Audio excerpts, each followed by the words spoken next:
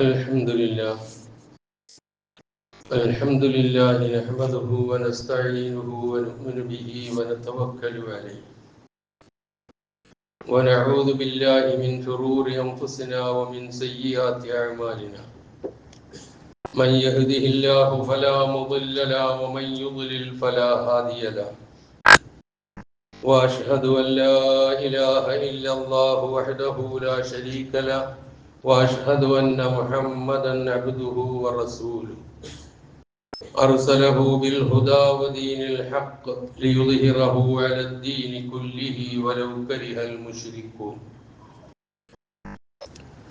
اللهم صل على محمد وعلى آل محمد كما صليت على إبراهيم وعلى آل إبراهيم وبارك على محمد وعلى آل محمد كما باركت على إبراهيم وعلى آل إبراهيم إنك حميد مجيد أما بعد فإن خير الكلام كلام الله وخير الهدي هدي محمد صلى الله عليه وسلم وشر الأمور محدثاتها وكل محدثة بدعة وكل بدعة ضلالة وكل ضلالة في النار يا أيها الذين آمنوا اتقوا الله حق تقاته ولا تموتن إلا وأنتم مسلمون يا أيها الناس اتقوا ربكم الذي خلقكم من نفس واحدة وخلق منها زوجها وبث منهما رجالا كثيرا ونساء واتقوا الله الذي تساءلون به والأرحام إن الله كان عليكم رقيبا يا أيها الذين آمنوا اتقوا الله وقولوا قولا سديدا يصلح لكم أعمالكم ويغفر لكم ذنوبكم ومن يطع الله ورسوله فقد فاز فوزا عظيما أعوذ بالله من الشيطان الرجيم بسم الله الرحمن الرحيم ويوم يعض الظالم على يديه يقول يا ليتني اتخذت مع الرسول سبيلا يا ويلتى ليتني لم أتخذ فلانا خليلا لقد أضلني عن الذكر بعد إذ جاءني وكان الشيطان للإنسان خذولا وقال الرسول يا رب إن قوم اتخذوا هذا القرآن مهجورا സഹോദരന്മാരെ സഹോദരികളെ ജീവിതത്തിന്റെ എല്ലാ മേഖലകളിലും അള്ളാഹുവിന്റെ നിയമനിർദ്ദേശങ്ങൾ പാലിച്ചുകൊണ്ട് ജീവിക്കുവാൻ കൽപ്പിക്കപ്പെട്ടവരാണ് നാം ഓരോരുത്തരും എന്നുണർത്തുന്നു. പ്രപഞ്ചനാഥനായ അള്ളാഹു നാം ഏവരെയും തഖ്വയിൽ അധിഷ്ഠിതമായ ജീവിതം നയിച്ച് മുത്തഖികളും വഹീദുകളുമായി ജീവിച്ച് ഈ ലോകത്തോട് വിട പറയുന്ന അവന്റെ ഇഷ്ടദാസന്മാരുടെ കൂട്ടത്തിൽ നാം ഏവരെയും അള്ളാഹു ഉൾപ്പെടുത്തുമാറാകട്ടെ. ഞാൻ ഓതിവെച്ച വചനങ്ങൾ 25-ാം അധ്യായം അൽ ഫുർഖാനിലെ 27 മുതൽ 30 വരെയുള്ള വചനങ്ങളാണ്. അല്ലാഹു സുബ്ഹാനഹു വ തആല നമുക്ക് ഓരോരുത്തർക്കും ഈ ലോകത്ത് ജീവിക്കുന്നതിന് ഒരു നിശ്ചിത കാലാവധി നിശ്ചയിച്ചിട്ടുണ്ട്. ആ കാലാവധി എത്തിക്കഴിഞ്ഞാൽ ഒരു നിമിഷം പോലും വൈകാതെ നാം ഇവിടെ നിന്ന് യാത്ര പോകും. അങ്ങനെ യാത്ര പോയിക്കൊണ്ടിരിക്കുന്ന ഓരോരുത്തരും ചെന്ന് ചേരുന്ന ലോകത്തിനാണ് ആലമുൽ ബർസഖ് എന്ന് പറയുക. ബർസഖിയായ ലോകം, മരണത്തിന്റെയും ഖിയാമത്ത് നാളിന്റെയും ഇടയിൽ വരുന്ന ആ കാലമാണ് ബർസഖ് എന്ന് പറയുന്നത്. വിശുദ്ധ ഖുർആൻ വളരെ വ്യക്തമായ കാര്യം പഠിപ്പിച്ചിട്ടുണ്ട്. വമിൻ വറാഇഹിം ബർസഖുൻ ഇലാ യൗമി യുബഅസൂൻ. ഖിയാമത്ത് നാൾ വരെ അവർക്ക് മരണാനന്തരം ഒരു ബർസഖ് ഉണ്ട്, എന്താണെന്ന് അറിഞ്ഞുകൂടാത്ത ഒരു അവസ്ഥയുണ്ട് എന്ന് ഖുർആൻ തന്നെ വ്യക്തമാക്കുന്നുണ്ട്. അങ്ങനെ അത് കഴിഞ്ഞ് ഖിയാമത്തായി കഴിഞ്ഞാൽ നമ്മളെല്ലാവരും ഒരു സംശയവും വേണ്ട അള്ളാഹുവിൻ്റെ മുമ്പിൽ എത്തിച്ചേരും. അങ്ങനെ എത്തിച്ചേരുന്ന എല്ലാവരും കൂടി ഒരുമിച്ച് കൂട്ടപ്പെടുന്ന ആ സ്ഥലത്തിനാണ് മഹ്ശർ എന്ന് പറയുക. മരണാനന്തര ജീവിതത്തിൽ എന്തെല്ലാം സംഭവിക്കുന്നു, സന്തോഷമാകട്ടെ പ്രയാസങ്ങളാകട്ടെ, അതെല്ലാം നമുക്ക് ലഭിച്ചിട്ടുള്ളത് നബി സല്ലല്ലാഹു അലൈഹി വസല്ലമയ്ക്ക് ലഭിച്ച വഹിയിലൂടെ മാത്രമാണ്. വിശുദ്ധ ഖുർആൻ കുറെ അധികം കാര്യങ്ങൾ അതുമായി ബന്ധപ്പെട്ട് നമുക്ക് പറഞ്ഞു തന്നിട്ടുണ്ട്. നബി സല്ലല്ലാഹു അലൈഹി വസല്ലമയ്ക്ക് അതിന് പുറമെ അറിയിപ്പ് ലഭിച്ചതിന്റെ അടിസ്ഥാനത്തിൽ പ്രവാചകനും പറഞ്ഞു തന്നിട്ടുണ്ട്. അപ്പൊ ചുരുക്കി പറഞ്ഞാൽ തികച്ചും ഗൈബിയായ അദൃശ്യമായ കാര്യങ്ങളാണ് അത് മുഴുവനും. അതിനെക്കുറിച്ച് നമുക്ക് വ്യക്തമാക്കി തരുന്ന കൂട്ടത്തിൽ സന്തോഷത്തിന്റെ ഒരുപാട് മേഖലകൾ, രംഗങ്ങൾ ആ ജീവിതത്തിൽ ഉണ്ടാകും. അതോടൊപ്പമോ അതിലേറെയോ സങ്കടങ്ങളും വിലാപങ്ങളും ഉണ്ടാവുകയും ചെയ്യും. അങ്ങനെയുള്ള വിലാപങ്ങളുടെ കൂട്ടത്തിൽപ്പെട്ട ഒരു വിലാപമാണ് ഈ വചനങ്ങളിലെ ആദ്യത്തെ 3 വചനങ്ങൾ. അവസാനത്തെ വചനം നബി സല്ലല്ലാഹു അലൈഹി വസല്ലമയുടെ നമുക്കെതിരെയുള്ള അള്ളാഹുവിൻ്റെ അടുക്കലുള്ള പരാമർശമാണ്. ഇതാണ് ഈ 4 വചനങ്ങളും ഉൾക്കൊള്ളുന്നത്. വയൗമ യഅബ്ബു ളാലിമു അലാ യദൈഹി, അക്രമിയായ മനുഷ്യൻ തന്റെ കൈകൾ കടിക്കുന്ന ദിവസം. യഖൂലു, അവൻ പറയും, യാ ലൈതനി ഇത്തഖൽതു മഅർ റസൂലി സബീല, ഞാൻ റസൂലിന്റെ ഒപ്പം ഒരു മാർഗം സ്വീകരിച്ചിരുന്നെങ്കിൽ എത്ര നന്നായേനെ. യാ വൈലത്താ, എന്റെ നാശമേ, ലൈതനി ലം അത്തഖിദ് ഫുലാനൻ ഖലീല, ഇന്നാലിന്ന ആളുകളെ ഞാൻ സ്നേഹിതനായി സ്വീകരിച്ചിട്ടില്ലായിരുന്നുവെങ്കിലും എത്ര നന്നായേനെ. ലഖദ് അദല്ലനി അനി ദിക്രി ബഅദ ഇദ് ജാഅനി, എനിക്ക് ബോധനം വന്നു കിട്ടിയതിന് ശേഷം അവൻ എന്നെ അതിൽ നിന്ന് അകറ്റിക്കളഞ്ഞു, പിഴപ്പിച്ചു കളഞ്ഞു. വകാന ശൈത്താനു ലിൽ ഇൻസാനി ഖദൂല, പിശാച് മനുഷ്യനെ കൈവെടിയുന്നവനാണ്. വഖാല റസൂലു, റസൂല് പറയും, യാ റബ്ബി, എന്റെ രക്ഷിതാവേ, ഇന്ന ഖൗമി, എന്റെ ഈ ജനത, ഇത്തഖദു ഹാദൽ ഖുർആന മഹ്ജൂറ, ഈ ഖുർആനെ അവർ അഗണ്യമാക്കി തള്ളിക്കളഞ്ഞിരിക്കുന്നു, തള്ളിക്കളഞ്ഞവരാകുന്നു. ഇതാണ് ഈ വചനങ്ങളുടെ സാരം. ആദ്യത്തെ 3 വചനങ്ങൾ വിലാപമാണെന്ന് ഞാൻ പറഞ്ഞു. ഇതൊരു വല്ലാത്ത വിലാപം തന്നെയാണ്. നമ്മളൊക്കെ നമ്മുടെ ജീവിതത്തിൽ, ദൈനംദിന ജീവിതത്തിൽ ചെയ്യേണ്ട കാര്യങ്ങൾ കൃത്യമായി ചെയ്യാതെ എന്തെങ്കിലും പാളിച്ചകൾ സംഭവിച്ചു കഴിഞ്ഞാൽ നാം തന്നെ അത് നോക്കുമ്പോൾ അതിൽ വരുന്ന പാളിച്ചകൾ കണ്ടുകൊണ്ട് നമ്മൾ കൈ കടിച്ച് കുടയാറുണ്ടിച്ചോ, ഇങ്ങനെ ആയിരുന്നില്ല വേണ്ടത്. ഇത് നമ്മുടെ ദൈനംദിന ജീവിതത്തിൽ നാം അനുഭവിക്കുന്നതാണ്. ഒരു കാര്യം കൈകാര്യം ചെയ്യുന്നിടത്തും ഒരു വിഷയം തീരുമാനിക്കുന്നിടത്തും എല്ലാം ഈ ഒരു സ്വഭാവം നമുക്ക് എല്ലാവർക്കും ഉണ്ടാകും. എന്നാൽ അത് പെർഫെക്റ്റ് ആയിട്ട് ചെയ്യുകയാണെങ്കിലോ വളരെ സന്തോഷം നമ്മുടെ മനസ്സിനുണ്ടാകും. ഇതുപോലെ ഈ ലോകത്ത് ജീവിച്ചിട്ട് അള്ളാഹുവിന്റെ അടുക്കലേക്ക് എത്തുമ്പോൾ കൈ കടിച്ചു കുടയുന്ന അവസ്ഥ സംജാതമാകണോ, അതല്ല സന്തോഷത്തിന്റെ അവസ്ഥ സംജാതമാകണോ എന്ന് നമ്മളെ ചിന്തിപ്പിക്കുന്ന വചനങ്ങൾ കൂടിയാണ് എന്ന് ഓർക്കുക.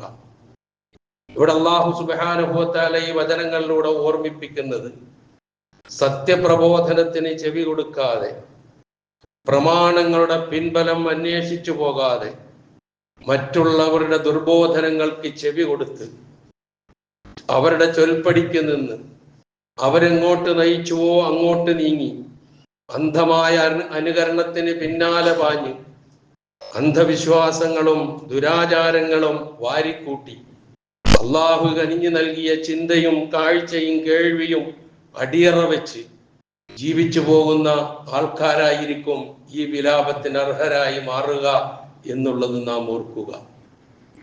ഇവിടെയാണ് ഇതിന്റെ പ്രസക്തി എന്ന് നാം തിരിച്ചറിയുക. ഇവിടെ 2 വാക്കുകൾ വളരെ ശ്രദ്ധേയമാണ്. ഒന്ന് അൽ-ലാലിം എന്ന വാക്ക്, മറ്റൊന്ന് ഫുലാൻ എന്ന വാക്ക്. അല്ലാലിം എന്ന വാക്കിന് അക്രമി എന്നാണല്ലോ അർത്ഥം. ഫുലാൻ എന്ന് പറഞ്ഞാൽ പേര് വ്യക്തമാക്കപ്പെടാത്ത ഒരു വ്യക്തിക്ക് സാധാരണ അറബി ഭാഷയിൽ ഉപയോഗിക്കുന്ന വാക്കാണ് ഫുലാൻ. ഒരാളുടെ പിതാവിന്റെ പേരറിഞ്ഞുകൂടെങ്കിൽ ഫുലാൻ ഇബ്നു ഫുലാൻ എന്ന ഒരു പ്രയോഗം അറബി ഭാഷയിലുണ്ട്. ഇന്ന ആളിന്റെ മകൻ ഇന്നയാൾ. ആ പ്രയോഗമാണ് ഇവിടെ ഫുലാൻ എന്ന പ്രയോഗത്തിലൂടെ വന്നിട്ടുള്ളത്. പക്ഷെ ഇത് രണ്ടും നാം ഏതെങ്കിലും ഒരു പ്രത്യേക വ്യക്തിയിലേക്ക് മാത്രം ചൂണ്ടപ്പെടുന്ന, മാറ്റി നിർത്തപ്പെടുന്ന കാര്യമല്ല. ഞാൻ നേരത്തെ സൂചിപ്പിച്ചതുപോലെയുള്ള കൃത്യമായ കാര്യങ്ങൾ മനസ്സിലാക്കി ജീവിക്കാൻ തയ്യാറാകാതെ മുന്നോട്ട് നീങ്ങുന്ന വ്യക്തിയായാലും കക്ഷിയായാലും ആരായാലും ശരി, അവരെല്ലാവരും ഈ അല്ലാലിം ഫുലാൻ എന്നുള്ള പ്രയോഗത്തിന്റെ വൃത്തത്തിൽ വരും, ഉള്ളിൽ വരും എന്ന് നാം തിരിച്ചറിയുക. അല്ലാഹു സുബ്ഹാനഹു വ തആല മനുഷ്യന്റെ വിജയത്തിന് നിദാനമായിട്ടുള്ള മുഴുവൻ കാര്യങ്ങളും വ്യക്തമായി പഠിപ്പിച്ചു തന്നിട്ടുണ്ട്. അത് നാം പരമാവധി ഉൾക്കൊള്ളാൻ ശ്രമിക്കുക എന്നതിനപ്പുറം മറ്റു പലതിലേക്കും നാം പോകുമ്പോഴാണ് പൈശാചികമായ മാർഗം നാം പേറുന്ന അവസ്ഥയുണ്ടാവുക. പിശാചിനൊരു സ്വഭാവമുണ്ട്. എന്താ സ്വഭാവം? കൊണ്ടുപോയി വഴികേടിലേക്ക് ചാടിച്ചിട്ട് മാറിക്കളയുക. അത് പിശാചിന്റെ സ്വഭാവമാണ്. അത് കൃത്യമായി ഖുർആൻ പറഞ്ഞ ഇത് തന്നെയാണ്. കൈവെടിഞ്ഞു കളയും. എത്രയോ രംഗങ്ങൾ വിശുദ്ധ ഖുർആൻ തന്നെ മരണാനന്തര ജീവിതത്തിൽ പോലും കൈയൊഴിയുന്ന രംഗം ഖുർആൻ വ്യക്തമാക്കുന്നുണ്ട്. അതിലേക്കല്ല ഞാൻ കടന്നു പോകുന്നത്. അപ്പൊ ആ പിശാചിനെ നാം കരുതിയിരിക്കുക എന്നുള്ളതാണ് ഏറ്റവും പ്രധാനമായിട്ടുള്ള കാര്യം. പൈശാചികതയാണ് പലപ്പോഴും നമ്മളെ അരുതായ്മകളിലേക്ക് കൊണ്ടുപോയി കൂട്ടുക. ഇവിടെ നാം ചിന്തിക്കേണ്ട കാര്യം രണ്ടെണ്ണമാണ്. ഒന്ന്, നാം ആരുടെ ഒപ്പമാകണം? ആരുടെയെങ്കിലും ഒപ്പമായാൽ മതിയോ? അതല്ല ഖുർആന്റെ ഒപ്പമായിരിക്കണമോ? റസൂൽ സല്ലല്ലാഹു അലൈഹി വസല്ലമയുടെ ചര്യയുടെ ഒപ്പമായിരിക്കണോ? അതല്ല ഏതെങ്കിലും പേര് പരാമർശിക്കപ്പെടുന്ന ശൈഖുനമാരുടെയും ഉസ്താദുമാരുടെയും പിന്നാലെ ഒപ്പം നീങ്ങലാണോ? എവിടെയാണ് നാം നിൽക്കേണ്ടത്? നാം ആരുടെ ഒപ്പമായിരിക്കണം? അതാണ് ഈ വചനം വെളിച്ചം വീശുന്ന ഏറ്റവും പ്രധാനപ്പെട്ട കാര്യം. അതാണ് ആ പ്രയോഗങ്ങളൊക്കെ. കൃത്യമായി പറഞ്ഞ ആ പ്രയോഗങ്ങളൊക്കെ അത് തന്നെയാണ്. എന്ത്?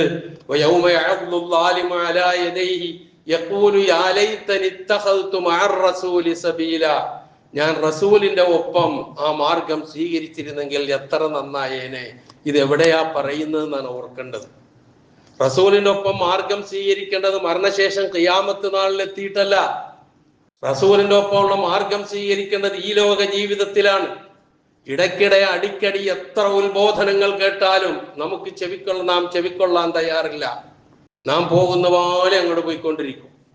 ആരുടെ പിന്നാലെയാണോ അന്ധമായി പോകുന്നത് അവരുടെ പിന്നാലെ സഞ്ചരിച്ചു കൊണ്ടിരിക്കും. നബി സല്ലല്ലാഹു അലൈഹി വസല്ലമ പറഞ്ഞതുപോലെ, നിങ്ങൾ നിങ്ങളുടെ മുൻഗാമികളുടെ മാർഗങ്ങളെ ചാണിന് ചാണായും മുഴത്തിന് മുഴമായും നിങ്ങൾ പിൻപറ്റും. എത്രത്തോളം അവരൊരു ഉടുമ്പിന്റെ മാളത്തിലേക്കാണ് കടക്കുന്നതെങ്കിൽ പിന്നാലെ നിങ്ങളും പോകും എന്ന് നമ്മളെ കുറിച്ച് നബി സല്ലല്ലാഹു അലൈഹി വസല്ലമ മുന്നറിയിപ്പ് നൽകിയ കാര്യമാണ്. ഇവിടെയാണ് നാം ശ്രദ്ധിക്കുകയും ചിന്തിക്കുകയും മനസ്സിലാക്കുകയും ചെയ്യേണ്ട കാര്യം. അപ്പൊ നമ്മൾ പോകേണ്ടത് പ്രവാചകനൊപ്പമാണ്, ഖുർആനൊപ്പമാണ്, മറ്റൊന്നിനുമൊപ്പമല്ല എന്നുള്ള ഒരു തിരിച്ചറിവ് ഏറ്റവും കൂടുതൽ ആവശ്യമായി കൊണ്ടിരിക്കുകയാണ് മറ്റെന്നത്തെക്കാളും. കാരണം അന്ധവിശ്വാസങ്ങളുടെയും ചൂഷണങ്ങളുടെയും പല രൂപത്തിലുള്ള കാര്യങ്ങൾ മുന്നിൽ വന്ന് മാടി വിളിക്കുമ്പോൾ അറിയാതെ നാം അതിൽ പെട്ടുപോവുകയാണ്, അല്ലെങ്കിൽ മനഃപൂർവ്വം അതിലേക്ക് എടുത്തു ചാടുകയാണ്. റസൂലിന്റെ വഴി വേറൊന്ന്, ഖുർആൻ പഠിപ്പിച്ച മാർഗം മറ്റൊന്ന്, നമ്മൾ പോകുന്നത് വേറൊരു വഴി. നാം ആലോചിക്കണം നമ്മളെ കുറിച്ച്. നാം ചിന്തിക്കേണ്ട കാര്യം, ഇങ്ങനെ ഈ വിരല് കടിക്കുന്ന അവസ്ഥയും അവിടെ നിന്ന് വിലപിക്കുന്ന അവസ്ഥയും ഒക്കെ പറഞ്ഞുകൊണ്ട് 4-ാമത്തെ വചനത്തിലേക്ക് എത്തുമ്പോൾ നമുക്ക് കാണാൻ കഴിയുന്നത്, പ്രവാചക തിരുമേനി സല്ലല്ലാഹു അലൈഹി വസല്ലമ നമുക്കെതിരെ സംസാരിക്കുന്നതാണ് പരലോകത്ത്. ആരാണ് പ്രവാചകൻ? പ്രവാചക തിരുമേനി സല്ലല്ലാഹു അലൈഹി വസല്ലമ അസീസുൻ അലൈഹി മാ അനിത്തും ഹരീസുൻ അലൈക്കും ബിൽ മുഅ്മിനീന റഊഫുർ റഹീം. പ്രവാചകന് നമ്മളോടുള്ള കടമയെക്കുറിച്ച്, കാഴ്ചപ്പാടിനെ-കുറിച്ച്, സമീപനത്തെക്കുറിച്ച്, ഇഷ്ടത്തെക്കുറിച്ച്, സ്നേഹത്തെക്കുറിച്ച് ഖുർആൻ നമുക്ക് പറഞ്ഞു തന്നതാണ്. ആ പ്രവാചകനെ കുറിച്ച് നിങ്ങൾ ബുദ്ധിമുട്ടുന്നത് പ്രവാചകന് പ്രയാസമാണ്. നിങ്ങൾ ക്ലേശപ്പെടുന്നത് അസഹനീയമാണ് നബി സല്ലല്ലാഹു അലൈഹി വസല്ലമയ്ക്ക്. അതുപോലെ തന്നെ നിങ്ങളുടെ കാര്യത്തിൽ അങ്ങേയറ്റം താല്പര്യമുള്ള ആളാണ്. നിങ്ങളുടെ നന്മയുടെ താല്പര്യം, നിങ്ങൾ സ്വർഗത്തിലെത്തണമെന്ന താല്പര്യം, നിങ്ങൾ നരകത്തിൽ നിന്ന് കരകയറണമെന്നുള്ള താല്പര്യം, അത്രമാത്രം താല്പര്യമുള്ള, നിങ്ങളെക്കുറിച്ച് അതീവ താല്പര്യമുള്ള, നിങ്ങൾ വിഷമിക്കുന്നതും ബേജാറാകുന്നതും പ്രയാസപ്പെടുന്നതും സഹിക്കാൻ പറ്റാത്ത പ്രവാചകൻ, ആ പ്രവാചക തിരുമേനി സല്ലല്ലാഹു അലൈഹി വസല്ലമ ബിൽ മുഅ്മിനീന റഊഫുർ റഹീം, സത്യവിശ്വാസികളായ ആളുകളോട് കനിവും ദയയും ആർദ്രതയും ഉള്ള ആളാണ് എന്നാണ്, കരുണയുള്ള ആളാണ് എന്ന് മുഹമ്മദ് നബി സല്ലല്ലാഹു അലൈഹി വസല്ലമയെ അള്ളാഹു നമുക്ക് പരിചയപ്പെടുത്തി തരുന്നു. ആ മുഹമ്മദ് നബി സല്ലല്ലാഹു അലൈഹി വസല്ലമയാണ് പരലോകത്ത് അള്ളാഹുവിന്റെ മുമ്പിൽ നമുക്കെതിരെ സാക്ഷി പറയുന്നത്. എന്തിന്റെ പേരിൽ? ഖുർആൻ മാറ്റി വെച്ചുകൊണ്ട് ജീവിച്ചതിന്റെ പേരിൽ. ഖുർആൻ കയ്യിലേന്തി അത് നെഞ്ചോട് ചേർത്ത് പിടിച്ച് ജീവിതത്തിന്റെ വഴികാട്ടിയാക്കുന്നതിന് പകരം കണ്ടതിന്റെ ഒക്കെ പിന്നാലെ പരക്കം പാഞ്ഞ് കണ്ടവര് പറയുന്നതൊക്കെ ഉൾക്കൊണ്ടുകൊണ്ട് അതൊക്കെ ദീനാണെന്ന് മനസ്സിലാക്കി അതിന്റെ പിന്നാലെ പാഞ്ഞു കഴിഞ്ഞതിന് ശേഷം അവിടെ എത്തുമ്പോൾ ഈ പറഞ്ഞ കാരുണ്യത്തിന്റെ, ആർദ്രതയുടെ, അലിവിന്റെ, സ്നേഹത്തിന്റെ, കാരുണ്യത്തിന്റെ, നമ്മളോട് അതീവ താല്പര്യമുള്ള, അതുപോലെ തന്നെ നാം ക്ലേശിക്കുന്നത് അങ്ങേയറ്റം വിഷമമുണ്ടാക്കുന്ന അന്ത്യപ്രവാചകനായ മുഹമ്മദ് മുസ്തഫ റസൂൽ കരീം സല്ലല്ലാഹു അലൈഹി വസല്ലമ നമുക്കെതിരെ സാക്ഷി. പ്രിയമുള്ളവരെ, എന്തിന്റെ പേരിൽ? ഖുർആന്റെ പേരിൽ, വിശുദ്ധ ഖുർആന്റെ പേരിലാണ്. എന്താ പറയുന്നത്? ആ പ്രയോഗം ശ്രദ്ധിക്കണം. ഇന്ന ഖൗമി, എന്റെ ഈ ജനത. ആരാണ് പ്രിയമുള്ളവരെ? മുഹമ്മദ് നബി സല്ലല്ലാഹു അലൈഹി വസല്ലമയുടെ ഖൗമ് നമ്മളാണ്. നിങ്ങൾക്ക് സംശയണ്ട, നമ്മളാണ് മുഹമ്മദ് നബി സല്ലല്ലാഹു അലൈഹി വസല്ലമയുടെ ഖൗമ്. എന്റെ ഖൗമ്, എന്റെ ഉമ്മത്ത്. ഇതാണ് പ്രവാചകന്റെ ചിന്ത. ആ പ്രവാചകനാണ് പറയുന്നത്. അതായത് ലാ ഇലാഹ ഇല്ലല്ലാഹ് മുഹമ്മദുർ റസൂലുള്ളാഹ് എന്ന ഷഹാദത്ത് ഉച്ചരിച്ചവരാണ് എന്റെ ഖൗമ്. ആ ഖൗമിനെ കുറിച്ചാ പറയുന്നത്. വേറൊരു ഖൗം ഈ ഖുർആൻ കണ്ടിട്ടില്ല, അല്ലെങ്കിൽ ഈ ഖുർആൻ ഉൾക്കൊള്ളാൻ അവർ തയ്യാറായിട്ടില്ല, അതിൽ വിശ്വസിച്ചിട്ടില്ല. ആ ഖുർആനുമായി വന്ന, വേദഗ്രന്ഥവുമായി വന്ന പ്രവാചകനെ ഉൾക്കൊള്ളാൻ അവർ തയ്യാറായിരുന്നില്ല. മറിച്ച് ഇതെല്ലാം ചെയ്തവരാണ്. പക്ഷേ ഈ ഖുർആനെ മാറ്റിവെക്കുകയായിരുന്നു അവർ അവരുടെ ജീവിതത്തിൽ. ഒരു രംഗത്തും ഖുർആനെ കാണുമായിരുന്നില്ല. തോന്നിയ മാതിരിയായിരുന്നു അവരുടെ ജീവിതം. അവർക്ക് വിശ്വാസമുണ്ടായിരുന്നു. ആ വിശ്വാസം തോന്നിയതുപോലെയാണ്. അവർ ആരാധനകൾ അനുഷ്ഠിച്ചിരുന്നു. ആ ആരാധനകൾ തോന്നിയ പോലെയാണ്. അതിനൊന്നും പ്രമാണങ്ങളുടെ പിൻബലമുണ്ടോ, ഖുർആന്റെയും സുന്നത്തിന്റെയും നിർദ്ദേശമുണ്ടോ എന്നൊന്നും നോക്കാൻ അവർ തയ്യാറായിരുന്നില്ല എന്നുള്ള ഒരവസ്ഥ ഒന്ന് ആലോചിച്ച് നോക്ക്. നമുക്കൊന്നും തോന്നുന്നില്ലേ? നമുക്കൊരു ബുദ്ധിമുട്ടും തോന്നുന്നില്ലേ? നമ്മളുടെ പ്രവാചകൻ നമുക്കെതിരെ പരലോകത്ത് ഖുർആന്റെ പേരിൽ എതിർ സാക്ഷിയാവുക എന്ന് പറഞ്ഞാൽ ഒന്നും തോന്നുന്നില്ലേ നമുക്ക്? നാം ചിന്തിക്കണം, നമ്മളെ കുറിച്ച് ആലോചിക്കണം, നമ്മളെ കുറിച്ച്. ആ ഒരവസ്ഥ ഉണ്ടാക്കരുത്. ആ അവസ്ഥ ഉണ്ടാകാതിരിക്കാനാണ് ഇതൊക്കെ വിശുദ്ധ ഖുർആൻ നമുക്ക് പറഞ്ഞു തരുന്നത്. തന്നെയുമല്ല, നബി സല്ലല്ലാഹു അലൈഹി വസല്ലമയുടെ ഒരേ ഒരു ചിന്ത തന്റെ ഉമ്മത്ത് എന്നുള്ളതല്ലാതെ വേറൊന്നുമില്ല. മനുഷ്യപിതാവായ ആദം നബി അലൈഹി സ്വലാത്തു വസ്സലാം പരലോകത്ത് പോലും ഖിയാമത്ത് നാളിൽ നഫ്സി നഫ്സി എന്നാണ് പറയുന്നത്. ഉലുൽ അസ്ം എന്നറിയപ്പെടുന്ന 5 പ്രവാചകന്മാരുണ്ട്. നൂഹ് നബി അലൈഹിസ്സലാത്തു വസ്സലാം, മൂസാ നബി അലൈഹിസ്സലാത്തു വസ്സലാം, ഇബ്രാഹിം നബി അലൈഹിസ്സലാത്തു വസ്സലാം, ഈസാ നബി അലൈഹിസ്സലാത്തു വസ്സലാം, മുഹമ്മദ് മുസ്തഫ റസൂൽ കരീം സല്ലല്ലാഹു അലൈഹി വസല്ലം. ഈ 5 പ്രവാചകന്മാർക്കാണ് ഉലുൽ അസ്ം എന്ന സവിശേഷതയ്ക്ക് അർഹരായിട്ടുള്ളത്. ഇതിൽ നൂഹ് നബിയും ഇബ്രാഹിം നബിയും മൂസാ നബിയും ഈസാ നബിയും ഒക്കെ പരലോകത്ത് വിലപിക്കുന്നത് സ്വന്തം കാര്യത്തെ, സ്വന്തം ശരീരത്തിന്റെ അവസ്ഥ എന്താണ് എന്നുള്ള വിലാപമായിരിക്കുമെങ്കിൽ, പറച്ചിലായിരിക്കുമെങ്കിൽ, വിളംബരമായിരിക്കുമെങ്കിൽ, മുഹമ്മദ് നബി സല്ലല്ലാഹു അലൈഹി വസല്ലമയുടെ സംസാരം നഫ്സി നഫ്സി എന്നല്ല, ഉമ്മത്തി ഉമ്മത്തി എന്നാണ്. എന്റെ സമുദായം, എന്റെ സമുദായം. കഴിഞ്ഞ ആഴ്ച ഞാൻ ഹൗദുൽ കൗസറിനെ കുറിച്ച് പറഞ്ഞത് ഇവിടെ ചേർത്ത് വായിക്കുക, നിങ്ങൾ മനസ്സിലാക്കുക. നിങ്ങൾ അവിടെ പറഞ്ഞത് ഉമ്മത്തി ഉമ്മത്തി, അതെന്റെ ഉമ്മത്താണ്, എന്റെ ഉമ്മത്താണെന്നാണ് പ്രവാചകൻ പറഞ്ഞത്. അപ്പോഴാ പറഞ്ഞത് നിന്റെ കാലശേഷം അവരെന്തൊക്കെ വിദ്യാർത്ഥികൾ ഉണ്ടാക്കിയെന്ന് നിനക്കറിയില്ല എന്ന് നബി സല്ലല്ലാഹു അലൈഹി വസല്ലമയോട് അള്ളാഹു പറയുന്ന അവസ്ഥ. ആ ഉമ്മത്ത് എന്നുള്ള ചിന്ത, ആ ചിന്തയുള്ള പ്രവാചകനാണ് ഇന്ന ഖൗമി ഇത്തഖദു ഹാദൽ ഖുർആന മഹ്ജൂറ എന്ന് പറയുന്നത്. അപ്പൊ നാം ചിന്തിക്കുക, ആലോചിക്കുക, നാം എപ്പോഴും ഖുർആന്റെ ഒപ്പമാവുക, മുഹമ്മദ് നബി സല്ലല്ലാഹു അലൈഹി വസല്ലമയുടെ ഒപ്പമാവുക. ഉത്തമ നൂറ്റാണ്ടുകളിൽ ജീവിച്ചുപോയ പ്രവാചകന്റെയും ഖുർആന്റെയും അധ്യാപനങ്ങളിൽ നിന്ന് കൃത്യമായി പാഠം ഉൾക്കൊണ്ടുകൊണ്ട് ജീവിച്ചുപോയ ആ ഉത്തമ നൂറ്റാണ്ടുകളിലെ ഉത്കൃഷ്ടന്മാരായ ആളുകളോടൊപ്പമാവുക. ഖൈറുൽ ഖുറൂനി ഖർനി സുമ്മല്ലദീന യലൂനഹും സുമ്മല്ലദീന യലൂനഹും. നൂറ്റാണ്ടുകളിൽ വെച്ച് ഏറ്റവും ഉത്കൃഷ്ടമായ നൂറ്റാണ്ട് ഞാൻ ജീവിച്ചിരുന്ന നൂറ്റാണ്ടാണ്. പിന്നെ അതിന്റെ അടുത്ത നൂറ്റാണ്ടാണ്. പിന്നെ അതിന്റെ അടുത്ത നൂറ്റാണ്ടാണ്. ഇതിനാണ് ഉത്തമ നൂറ്റാണ്ടുകൾ എന്ന് വിശേഷിപ്പിക്കപ്പെടുന്നത്. ആ ഉത്തമ നൂറ്റാണ്ടുകളിൽ ഇല്ലാത്ത കാര്യങ്ങളാണ് മതമായി നാം ആവാഹിക്കുകയും അത് ചെയ്തിട്ടില്ലെങ്കിൽ പ്രവാചക സ്നേഹമില്ലാത്തവരാണ് എന്ന് വീമ്പിളക്കുകയും ചെയ്യുന്നത് എന്നുള്ളതാണ് ഏറ്റവും ദുഃഖകരമായ കാര്യം. ഞാൻ അതിലേക്ക് പോവുകയല്ല. അപ്പൊ നാം ആലോചിക്കണം, അവരോടൊപ്പമായിരിക്കണം നമ്മുടെ വിശ്വാസം, നമ്മുടെ ആരാധന, അനുഷ്ഠാന കർമ്മങ്ങൾ, നമ്മുടെ സമീപനങ്ങൾ എന്ന് വേണ്ട എല്ലാ കാര്യവും. തന്നെയുമല്ല, മഹ്ശറിൽ ഒരുമിച്ച് കൂട്ടുന്ന വേളയിൽ ആരാണോ നമ്മളുടെ ചങ്ങാതി, ആരോടൊപ്പമാണോ നാം ഉണ്ടാവുക, അവരുടെ ഒപ്പമായിരിക്കും നമ്മൾ. ഈ ലോകത്ത് ആരുടെ ഒപ്പമായിരുന്നുവോ അവരുടെ ഒപ്പമായിരിക്കും നമ്മളെ പരലോകത്ത് ഒരുമിച്ച് കൂട്ടപ്പെടുക. പ്രവാചക തിരുമേനി സല്ലല്ലാഹു അലൈഹി വസല്ലമ പറഞ്ഞു തരുന്നതായി ഇമാം അബൂദാവൂദും തിർമിദിയും ഉദ്ധരിക്കുന്ന അബൂ ഹുറൈറ റളിയല്ലാഹു അൻഹുവിൽ നിവേദനം ചെയ്യപ്പെടുന്ന ഒരു ഹദീസിൽ കാണാം, യുഹ്ശറുൽ മർഉ അലാ ദീനി ഖലീലിഹി. ഒരു മനുഷ്യനെ പരലോകത്ത് മഹ്ശറിൽ ഒരുമിച്ച് കൂട്ടപ്പെടുന്നത് അവന്റെ ചങ്ങാതിയുടെ മതത്തിലായിരിക്കും, അവന്റെ സ്നേഹിതന്റെ മതത്തിലായിരിക്കും. അതുകൊണ്ട് ഓരോരുത്തരും നോക്കണം അവന്റെ സ്നേഹിതൻ ആരാണ്, അവന്റെ ചങ്ങാത്തം ആരോടാണ് എന്ന്. പ്രിയമുള്ളവരെ, നമ്മളുടെ ആ സ്നേഹിതൻ, നമ്മളുടെ ആ ചങ്ങാത്തം, നമ്മളുടെ ആ ഖലീല് ആരായിരിക്കണം? മുഹമ്മദ് മുസ്തഫ റസൂൽ കരീം സല്ലല്ലാഹു അലൈഹി വസല്ലം. അതാണ് നാം മനസ്സിലാക്കേണ്ട കാര്യം. എങ്കിൽ നമുക്ക് രക്ഷപ്പെടാം. അല്ലെങ്കിൽ ആരുടെ കൂടെയാണോ അവരോടൊപ്പം ഉണ്ടാവും. അത് ചിലപ്പോൾ നമ്മുടെ മരണാനന്തര ജീവിതത്തെ, അതിന്റെ ഗതിവിഗതികളെ എങ്ങനെ കൊണ്ടുപോകുമെന്ന് നമുക്ക് പറയാനും കഴിയില്ല. ഇതൊക്കെയാണ് ഈ വചനത്തിന്റെ സാരം നാം ഉൾക്കൊള്ളേണ്ടത്. ഒരു ചെറിയ വിലാപമൊന്നും അല്ലത്. കാരണം തിരുത്താൻ സമയമില്ലാത്ത, മാറ്റാൻ സമയമില്ലാത്ത, ഒന്ന് മാറി നിന്ന് നന്നാകണമെന്ന് ചിന്തിക്കാൻ പോലും സമയമില്ലാത്ത ഒരവസ്ഥയിൽ ഉള്ള വിലാപമാണ് അതെന്ന് തിരിച്ചറിയാം. അപ്പം മാറ്റേണ്ടതും മാറേണ്ടതും തിരുത്തേണ്ടത് ഇവിടെയാണ്, ഈ ലോക ജീവിതത്തിൽ വെച്ചാണ്. അവരാണ് സൗഭാഗ്യവാന്മാരായി മാറുക.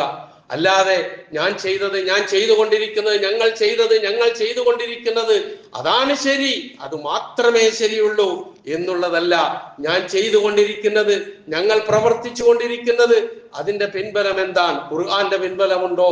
റസൂൽ സല്ലല്ലാഹു അലൈഹി വസല്ലമയുടെ ചര്യയുടെ പിൻബലമുണ്ടോ എന്നുള്ള പരിശോധനയാണ് നാം എപ്പോഴും നടത്തേണ്ടത്. ഇല്ലെങ്കിൽ ഈ വിലാപത്തിന് നമ്മളും വിധേയരാകും പരലോകത്ത്. അള്ളാഹു കാത്തുരക്ഷിക്കുമാറാകട്ടെ.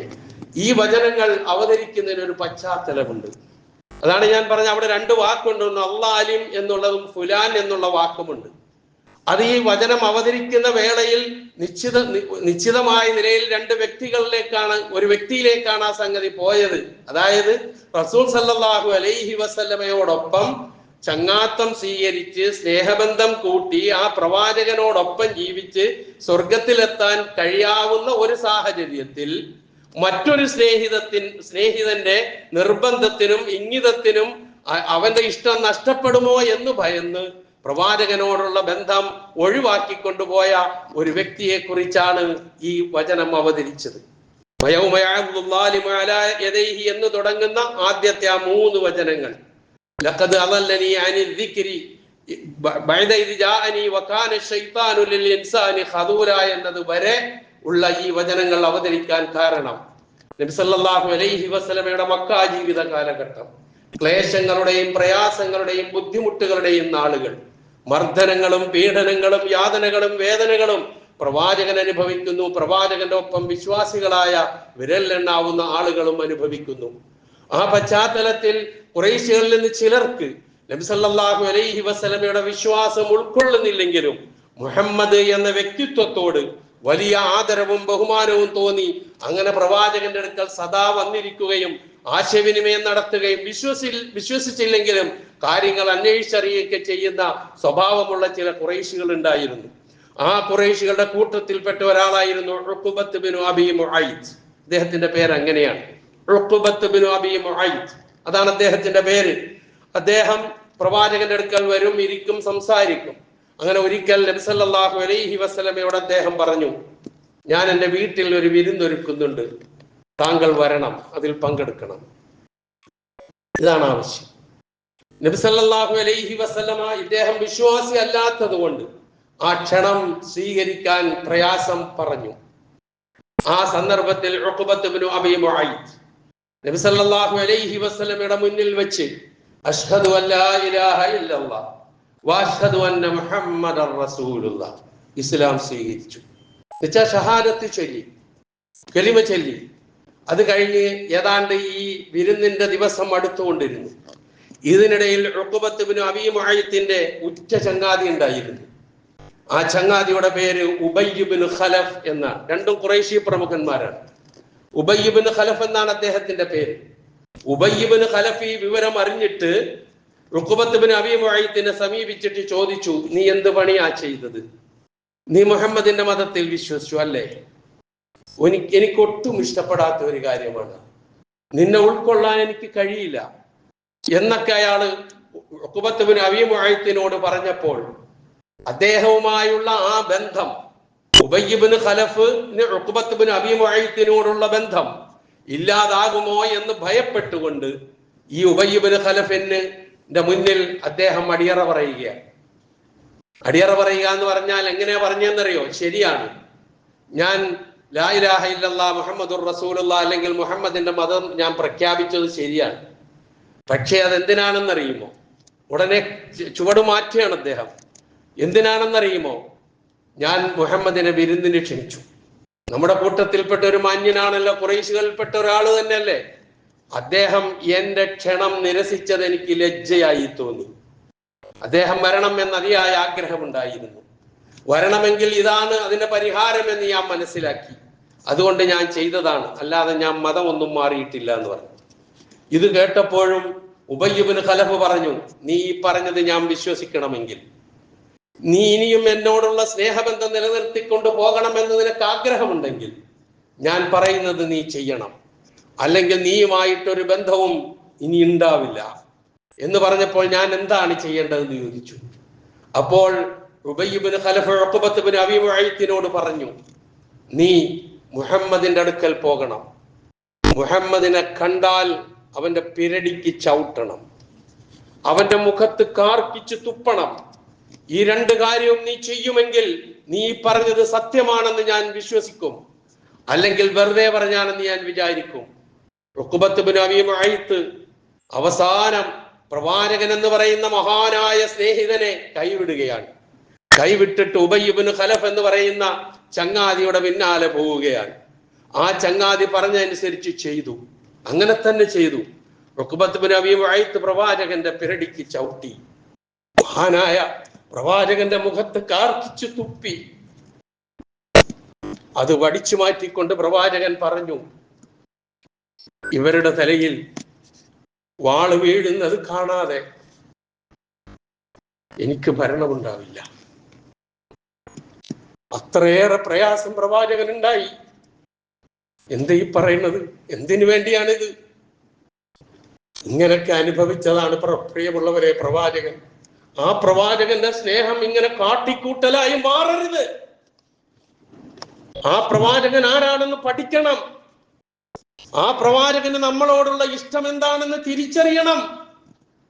അല്ലാതെ കുറെ കാട്ടിക്കൂട്ടല്, സ്നേഹം കഴിഞ്ഞു, ഇനി 1 വർഷം കഴിയണം ആ സ്നേഹം ജ്വലിക്കണമെങ്കിൽ പോരാ.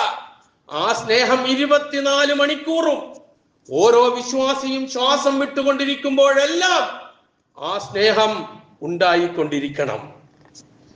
അതാണ് നാം ചിന്തിക്കേണ്ട കാര്യം. ഇല്ലെങ്കിലാണ് ഈ വിലാപത്തിലേക്കൊക്കെ നമ്മൾ എത്തുക. ആകട്ടെ, അങ്ങനെ ചെയ്തു. സംഭവിച്ചത് എന്താ? ഉഖബത്ത് ഇബ്നു അബീ മുഅയ്ത്ത് ബദർ യുദ്ധത്തിൽ അലി ഇബ്നു അബീ താലിബ് റളിയല്ലാഹു അൻഹുവിന്റെ കരങ്ങളാൽ കൊല്ലപ്പെട്ടു. റസൂലിന്റെ വാക്ക്.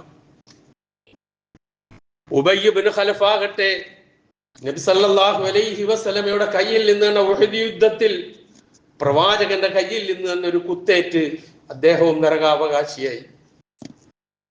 ഇതാണ് ഈ സംഭവം. അതുകൊണ്ടാണ് ആ അക്രമി എന്ന് പറഞ്ഞത് ഈ മനുഷ്യനെ കുറിച്ചാണ് എന്ന് മുഫസ്സിറുകൾ പറയുന്നത്. ഫുലാൻ എന്ന് പറഞ്ഞത് ഈ ഉബയ്യ് ഇബ്നു ഖലഫിനെ കുറിച്ചാണ് എന്ന് മുഫസ്സിർ പറയുന്നത്. പക്ഷേ ആ ഒരു ഉഖബത്ത് ഇബ്നു മുഅയ്ത്തും ആ ഒരു ഉബയ്യ് ഇബ്നു ഖലഫിലും പരിമിതപ്പെടുത്തണ്ട. ഉഖബത്ത് ഇബ്നു അബീ മുഅയ്ത്തുമാരും ഉബയ്യ് ഇബ്നു ഖലഫുമാരും ഇന്നും സമൂഹത്തിലുണ്ട്. അത് തിരിച്ചറിയാൻ നമുക്ക് കഴിയണം. എങ്കിൽ ഈ വിലാപത്തിൽ നമുക്ക് രക്ഷപ്പെടാൻ കഴിയും. ആ സന്ദേശമാണ് സൂറത്തുൽ ഫുർഖാനിലെ ആ വചനങ്ങൾ നമ്മുടെ മുമ്പിൽ വെക്കുന്നത്. പ്രിയമുള്ളവരെ, ഒന്നുകൂടി ഓർമ്മിപ്പിക്കുന്നു, നാം പ്രവാചകനോടൊപ്പമാണ്, ഖുർആനോടൊപ്പമാണ് എന്ന് ഉറപ്പ് വരുത്തുക ജീവിതത്തിലുടനീളം. മലിക്കുൽ ജബ്ബാറായ അല്ലാഹു അതിനുള്ള തൗഫീഖ് നമുക്കേവർക്കും പ്രദാനം ചെയ്തു തരുമാറാകട്ടെ.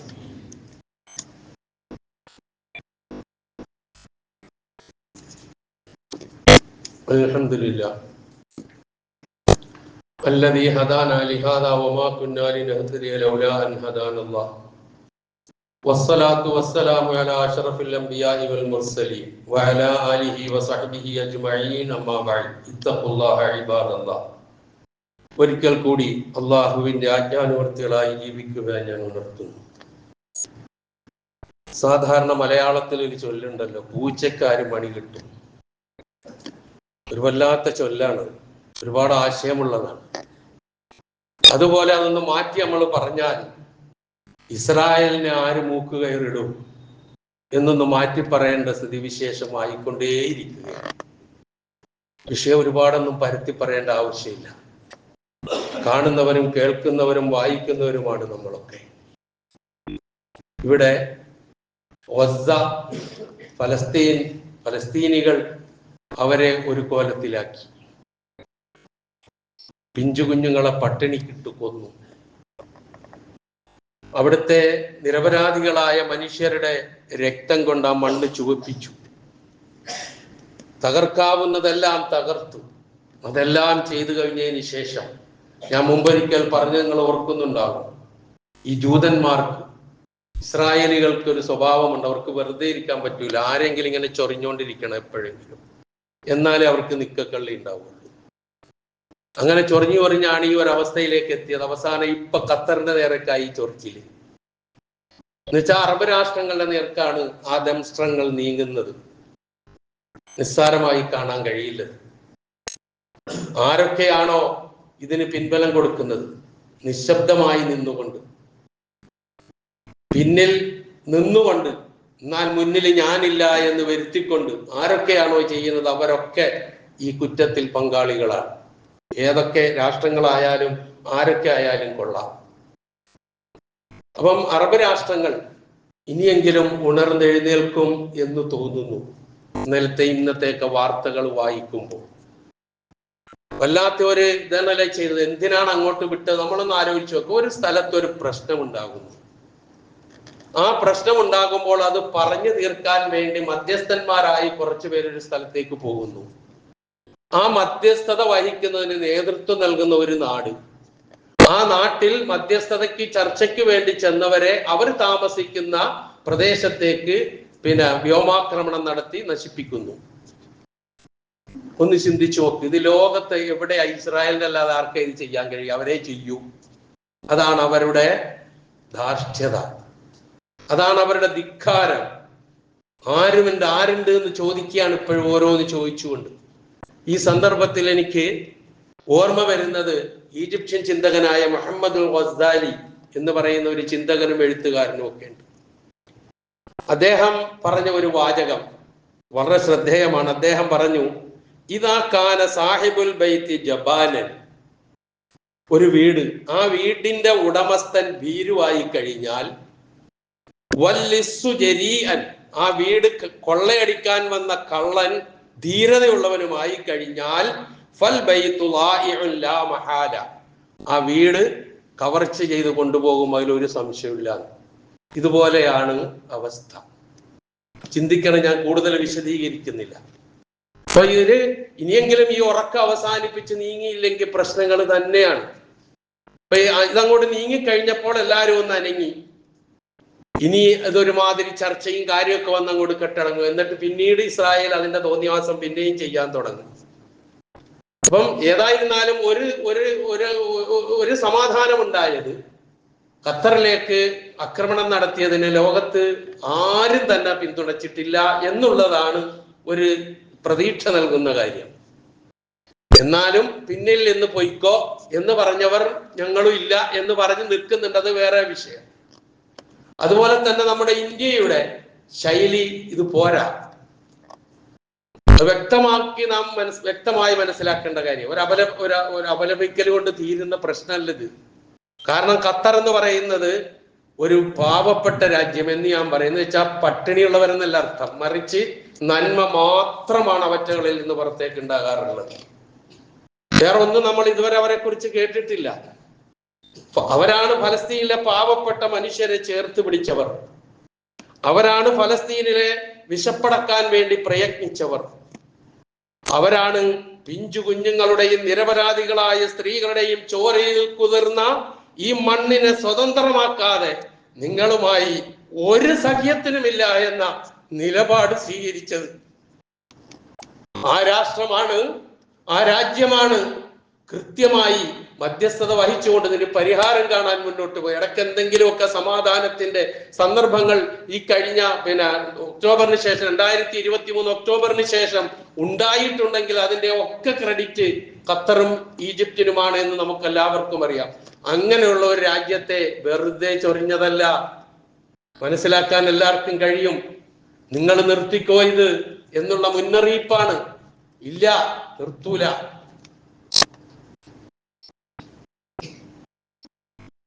നിർത്താൻ കഴിയുകയുമില്ല. ഏതോ ആകട്ടെ, പ്രിയമുള്ളവരെ, നമുക്ക് ചെയ്യാൻ കഴിയുക മുസ്ലിം ഉമ്മത്തിന്റെ, ലോക മുസ്ലിമീങ്ങളുടെ എല്ലാവിധത്തിലുള്ള സമാധാനത്തിനും അതുപോലെ തന്നെ അള്ളാഹുവിന്റെ സഹായത്തിനും വേണ്ടിയുള്ള പ്രാർത്ഥന മാത്രം. നമുക്കല്ലാതെ ഇവിടെ ഒന്നും ചെയ്യാൻ കഴിയില്ല. അത് ഫലസ്തീനിലെ സഹോദരന്മാർക്കായിരുന്നാലും ശരി, ഇതുപോലെ അറബ് രാഷ്ട്രങ്ങളുടെ നേരെ നീളുന്ന ഈ അവസ്ഥയിലായിരുന്നാലും ഇതേ നമുക്ക് അള്ളാഹുവിനോട് പ്രാർത്ഥിക്കാൻ കഴിയുള്ളൂ. അള്ളാഹുവെ, മുസ്ലിം ഉമ്മത്തിനെ അവരുടെ ശത്രുക്കളിൽ നീ സഹായിക്കണമേ. ഫലസ്തീനിലെ നിരപരാധികളായ ഇനി ജീവിച്ചിരിക്കുന്നവരെങ്കിലും റബ്ബേ അവർക്ക് നീ മോചനം നൽകണമേ. ഇസ്രായേലിന്റെ ഈ ദാർഢ്യതയും ധിക്കാരത്തിനും നീ അറുതി വരുത്തണമേ തമ്പുരാനെ. നമ്മൾ പ്രാർത്ഥിക്കാതെ മാത്രമേ നമുക്ക് കരണീയമായിട്ടുള്ളൂ.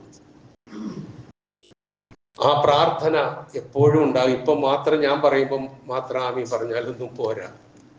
ഇതൊക്കെ നമ്മൾ ചിന്തിക്കണം പ്രിയമുള്ളവരെ. കാരണം ഒരു വാചകം ഞാൻ പറഞ്ഞോട്ടെ, ആ ഫലസ്തീനില് ആ നടന്നുകൊണ്ടിരിക്കുന്നതിന്റെ ചെറിയ ചെറിയ ഷോക്ക് ട്രീറ്റ്മെന്റ് ആണ് കുറേശ്ശെ ഈ രാജ്യത്ത് നടക്കുന്നത് എന്ന തിരിച്ചറിവ് എപ്പോൾ നമുക്കുണ്ടാകുന്നുവോ അപ്പോൾ നാം ഈ പ്രാർത്ഥനയൊക്കെ അറിയാതെ പ്രാർത്ഥിക്കും. ഇല്ലെങ്കിൽ സുഖിച്ചിങ്ങനെ പോകും. ഇതായിരിക്കും സംഭവിക്കുക. അള്ളാഹു എല്ലാവരെയും കാത്തുരക്ഷിക്കുമാറാകട്ടെ. മുസ്ലിം ഉമ്മത്തിനെ അള്ളാഹു അനുഗ്രഹിക്കുമാറാകട്ടെ. ലോകമെമ്പാടും പ്രയാസം അനുഭവിക്കുന്നവർക്ക് അള്ളാഹു സുബ്ഹാനഹു വ തആല അവരുടെ പ്രയാസങ്ങൾക്ക് അറുതി കൊടുത്ത് അനുഗ്രഹിക്കുമാറാകട്ടെ. പ്രാർത്ഥനയിലേക്ക് കടക്കുന്നതിന് മുമ്പ് നമ്മുടെ കളക്ഷന്റെ ദിവസമാണെന്ന് റിലീഫ് ഫണ്ടിലെ അക്കാര്യം ഒന്ന് ഓർമ്മിപ്പിക്കുകയാണ്, ഉണർത്തുകയാണ്. അതുപോലെ തന്നെ ഒന്ന് രണ്ട് കാര്യങ്ങൾ അതോടൊപ്പം സൂചിപ്പിക്കാനുണ്ട്. നമുക്കെല്ലാവർക്കും അറിയാം, നമ്മുടെ പ്രിയങ്കരനായ MK മുനീർ സാഹിബ് വളരെ പ്രയാസമായി ഹോസ്പിറ്റലൈസ് ചെയ്യപ്പെട്ട വിവരം നമ്മളൊക്കെ വായിച്ചതാണ്. ഈ സമൂഹത്തിനും സമുദായത്തിനും ഏറെ ആവശ്യമുള്ള ഒരു വ്യക്തിത്വമാണ് അദ്ദേഹം. അല്ലാഹു സുബ്ഹാനഹു വ തആല അദ്ദേഹത്തിന്റെ രോഗം പെട്ടെന്ന് ശിഫയാക്കി കൊടുക്കുമാറാകട്ടെ. അദ്ദേഹത്തിന് സിഹത്തും ആഫിയത്തും നൽകുകയും വീണ്ടും ഈ ഉമ്മത്തിന് തന്നാൽ കഴിയുന്ന സേവനം ചെയ്യാൻ അള്ളാഹു തൗഫീഖ് നൽകുകയും ചെയ്യുമാറാകട്ടെ.